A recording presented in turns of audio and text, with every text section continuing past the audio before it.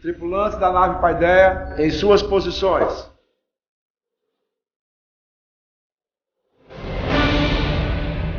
Cícero.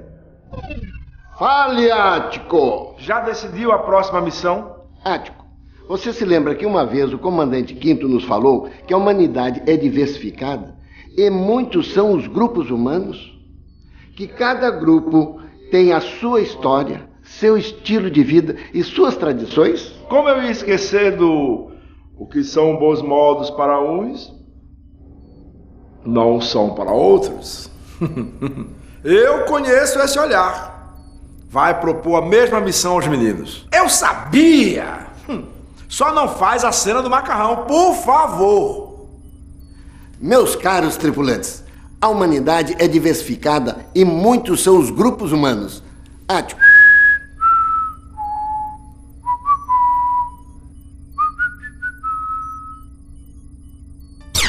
Então, cada grupo tem sua história, seu estilo de vida e suas tradições.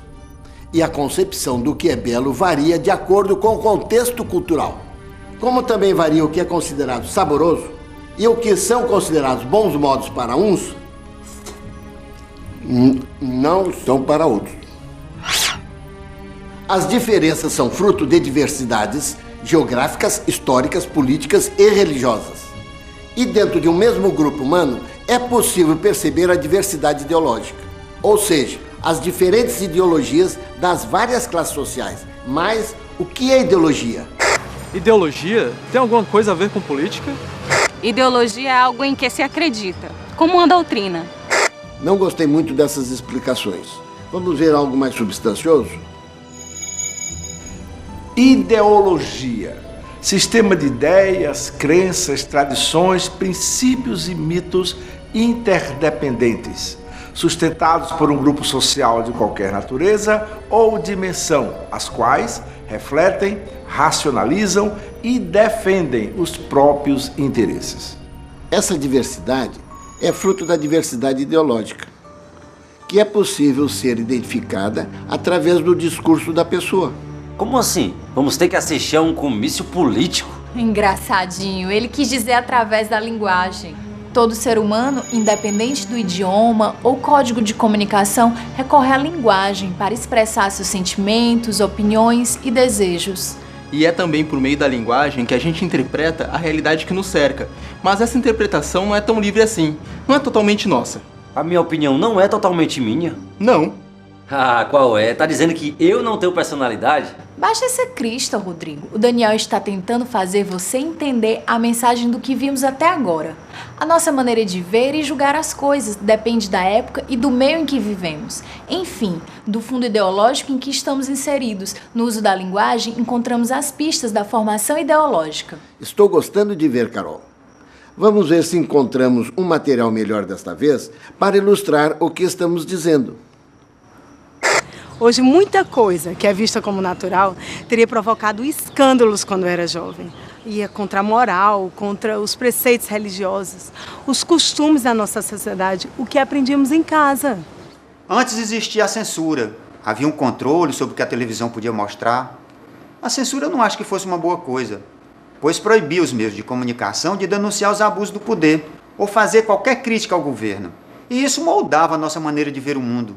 Muita gente passou a achar normal ter medo do governo. Mas hoje, eu sinto que a gente está no extremo oposto e tudo é permitido. Mesmo que seja prejudicial para a formação ou até mesmo a saúde dos mais jovens. Eu acho que os meus pais tiveram a liberdade mais controlada, enquanto os meus avós eram mantidos ali, na rédea curta. O que eu acho que influencia mais as pessoas hoje em dia, a televisão, sem dúvida. As pessoas querem se vestir igual as pessoas da novela. Usam até as expressões deles. Tem gente que passa o dia inteiro na frente da TV ou do computador. E aparecer na TV, então, é um passaporte para ficar popular. Vocês perceberam? Mesmo morando no mesmo país, eles sofreram influências ideológicas diferentes, conforme o momento histórico e social em que viveram. Isso é perceptível em seus discursos. No meu tempo, a religião era muito importante. Estava ligada às principais festas, às obras sociais e mesmo ao lazer. Pessoal, dá muito valor ao ter. Talvez a gente seja consumista, mas os famosos ditam a moda, sabe? Às vezes, a gente fica meio frustrado quando a grana não dá para ter um aparelho da hora. Na escola, se falava muito em nacionalismo, de modo que era muito importante para as festas cívicas. Eu dou o braço a torcer, vocês estavam certos. Os valores, a maneira de ver o mundo e os próprios desejos são influenciados pela ideologia dominante. Mas é preciso ser sempre assim? Somos apenas peças de um jogo? Eu acho que precisamos ser críticos, precisamos estar alertas aos discursos ideológicos por trás dos textos que lemos, das propagandas e filmes que assistimos, pois muitas vezes nos vendem preconceitos e falsas concepções de felicidade. Preconceito, Daniel, eu acho que é isso que está por trás de muitos discursos ideológicos. Lembra-se quando estudamos sobre a Chiquinha Gonzaga, a primeira mulher a reger uma orquestra no Brasil? O marido dela, para demonstrar que tinha autoridade, proibiu a Chiquinha de tocar violão. Ou violão, ou eu. Pois eu fico com o violão. Adeus. E o pior é que alguns traços ideológicos ultrapassam os séculos semeando preconceitos. A Chiquinha Gonzaga foi proibida de tocar sua música em público pelo marido ainda na época do Império. E até hoje ainda escutamos expressões do tipo: mulher minha não faz isso, mulher minha não faz aquilo, mulher não sabe dirigir. Tudo isso é o ranço de uma sociedade machista que ainda permanece em alguns discursos. E tem outros preconceitos que ainda resistem da época do Brasil imperial ou colonial. O racismo, por exemplo. Foi necessário criar leis que punissem quem o praticasse, quer através da discriminação, quer através de comentários depreciativos.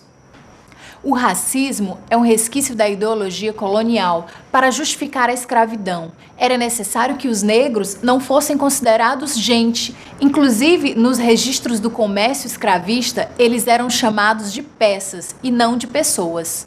Mas se o cristianismo, religião que tem por base o amor ao próximo, fazia parte da ideologia da época, como é que eles lidavam com a escravidão? Além de doutrinar a população branca e não perceberem os afro-brasileiros como seres humanos, eles também demonizavam a cultura africana.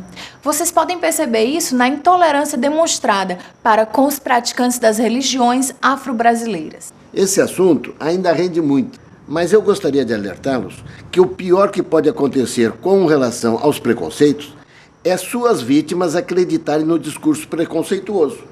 Devemos ter a consciência de que a cada formação ideológica corresponde uma formação discursiva específica, cujas marcas podem ser identificadas nos textos. É preciso ter senso crítico para, na sociedade em que se vive, perceber quais são as características da ideologia dominante e, assim, separar o joio do trigo. Esse assunto rende e terá muitos desdobramentos. Agora precisamos retornar.